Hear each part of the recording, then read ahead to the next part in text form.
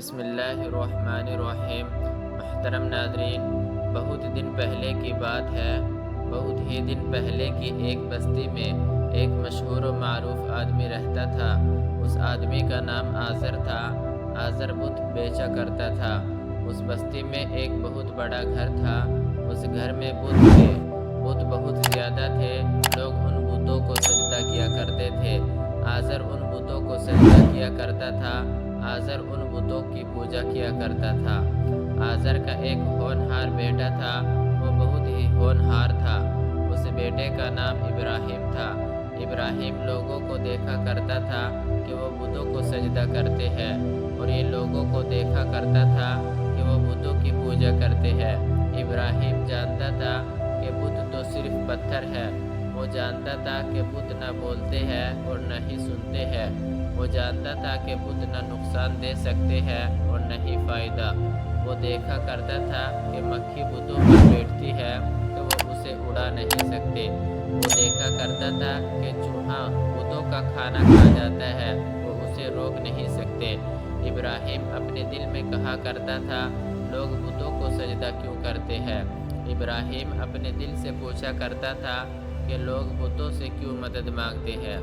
ابراہیم اپنے باپ سے کہا کرتا تھا، ابا جان آپ بتوں کی عبادت کیوں کرتے ہیں؟ ابا جان آپ بتوں کو سجدہ کیوں کرتے ہیں؟ ابا جان آپ بتوں سے کیوں مدد مانگتے ہیں؟ یہ بت نہ تو بولتے ہیں اور نہ ہی سنتے ہیں۔ یہ بت نہ تو نقصان دے سکتے ہیں اور نہ ہی فائدہ۔ آپ ان کے سامنے کھانا اور پانی کیوں رکھتے ہیں؟ یہ بت ابا جان نہ کھاتے ہیں اور نہ ہی پیتے ہیں۔ آزر ناراض ہو جاتا تھا اور سمجھتا نہیں تھا۔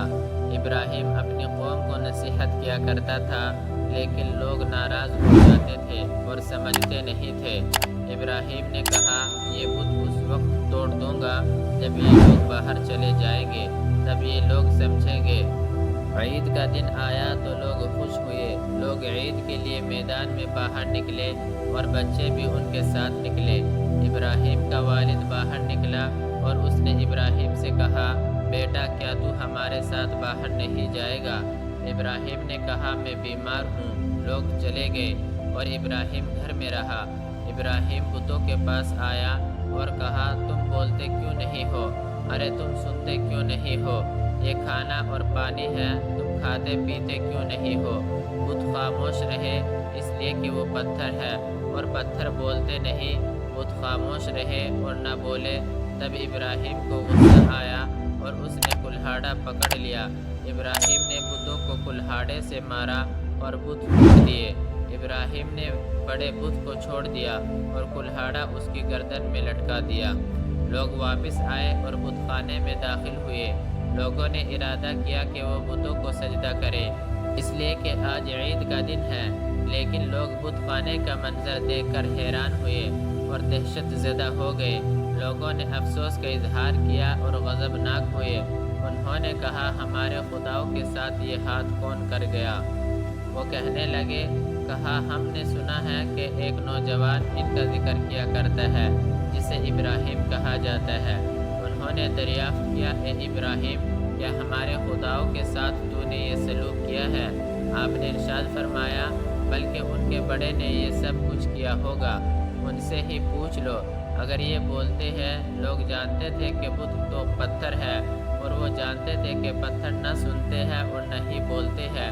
وہ جانتے تھے کہ بڑا بت بھی تو پتھر ہی ہے۔ بڑا بت بھی تو یہ طاقت نہیں رکھتا کہ وہ بتوں کو توڑ پھوڑ دے۔ انہوں نے ابراہیم سے کہا، ارے تو جانتا ہے کہ یہ بت بولتے نہیں ہیں۔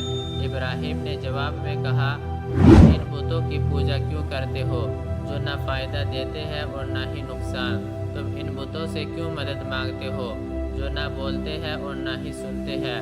لوگ خاموش رہے اور شرمندہ ہوئے۔